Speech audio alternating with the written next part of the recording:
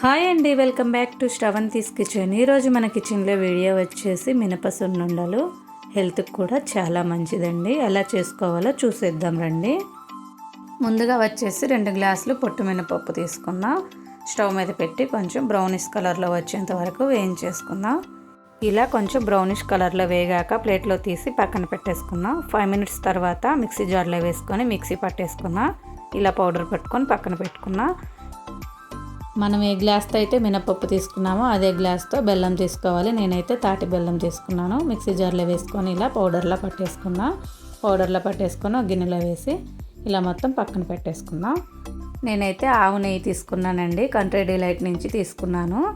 సున్నుండకు సరిపడా నెయ్యి ఒక గిన్నెలో తీసుకుందాం. ఇలా అంతా ఒక గిన్నెలో తీసుకొని స్టవ్ మీద పెట్టి కరిగిచ్చేసుకుందాం.